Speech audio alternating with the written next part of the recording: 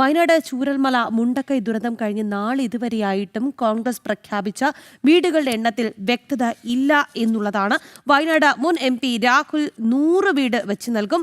കോൺഗ്രസ് 100 വീട്, യൂത്ത് കോൺഗ്രസ് 30 വീട് എന്നിങ്ങനെയായിരുന്നു പ്രഖ്യാപനം. എന്നാൽ ആകെ 100 വീട് എന്ന് പിന്നീട് തിരുത്തുകയും ചെയ്തു. വിവരങ്ങൾ PS അർജുൻ നൽകും. അർജുൻ, ഈ വീടിന്റെ കാര്യത്തിൽ കണക്കുകൾക്ക് യാതൊരു കുറവും ഉണ്ടായിരുന്നില്ല. പക്ഷേ ഇപ്പോൾ അവർക്ക് തന്നെ വ്യക്തതയില്ല എന്തൊക്കെയായിരുന്നു പ്രഖ്യാപനം എന്നുള്ളത്. ഓരോ സംഘടനയും യൂത്ത് കോൺഗ്രസ് പറയുന്നു, രാഹുലിന്റെ സ്വന്തം ഇഷ്ടപ്രകാരം പറയുന്നു, മറ്റ് നേതാക്കൾ വന്ന് പറയുന്നു. അങ്ങനെ കണക്കുകൾക്കൊന്നും യാതൊരു പഞ്ഞവും ഉണ്ടായിരുന്നില്ല. പക്ഷേ ഇപ്പോൾ വീട് എവിടെ എന്ന് ചോദിച്ചാൽ അവർ കൈമലർത്തുന്ന സ്ഥിതിയാണ്. എന്താണ് അവിടുത്തെ നിലവിലത്തെ സാഹചര്യം, അർജുൻ?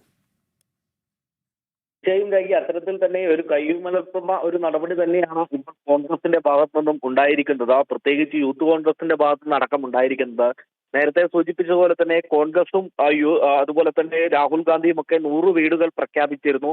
അതോടൊപ്പം തന്നെ യൂത്ത് കോൺഗ്രസ് 30 വീടുകളും പ്രഖ്യാപിച്ചിരുന്നു. പിന്നീട് അത് തിരുത്തി പറയേണ്ട ഒരു അവസ്ഥ വന്നു. അതായത് ആകെ 100 വീടുകളാണ് ഞങ്ങൾ പറഞ്ഞതെന്നുള്ള ഒരു കാര്യം പറയേണ്ടി വന്നു. പക്ഷെ ഇതുവരെയും വീട് സംബന്ധിച്ചിട്ടുള്ള ഒരു നടപടിയും ഇവർ ഉണ്ടായിട്ടില്ല എന്നുള്ളതാണ് യഥാർത്ഥ വസ്തുത. ഇന്ന് 2 ഏക്കറത്തെ ഒരു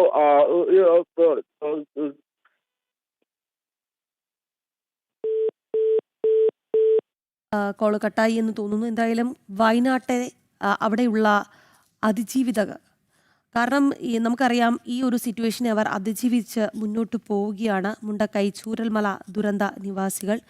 എന്നാൽ അന്ന് അവർ ദുരന്തത്തിൽപ്പെട്ടപ്പോൾ വലിയ രീതിയിലുള്ള പ്രഖ്യാപനങ്ങൾ വീടുകളുടെ കാര്യത്തിലൊക്കെ ഉണ്ടായി. എല്ലാം ഞങ്ങൾ നോക്കിക്കോളാം എന്ന് പറഞ്ഞ് കോൺഗ്രസ് നേതാക്കളൊക്കെ വലിയ വായിൽ പറഞ്ഞു. പക്ഷേ ഇപ്പോൾ എന്താണ് ഇന്ന് സംഭവം എന്ന് വിശദീകരിച്ചു കഴിഞ്ഞാൽ എല്ലാം വെറും പ്രഖ്യാപനങ്ങൾ മാത്രമായിരുന്നു എന്നുള്ളതാണ്. അന്ന് വീടുകളുടെ കാര്യത്തിലൊക്കെ തന്നെ വലിയ രീതിയിൽ അവർ പ്രഖ്യാപനങ്ങൾ നടത്തി. ഇപ്പോൾ വീട് എവിടെ എന്ന് ചോദിച്ചാൽ നമ്മുടെ കോൺഗ്രസ് നേതാക്കൾ കൈമലർത്തുന്ന സ്ഥിതിയാണ് എന്നുള്ളതാണ്.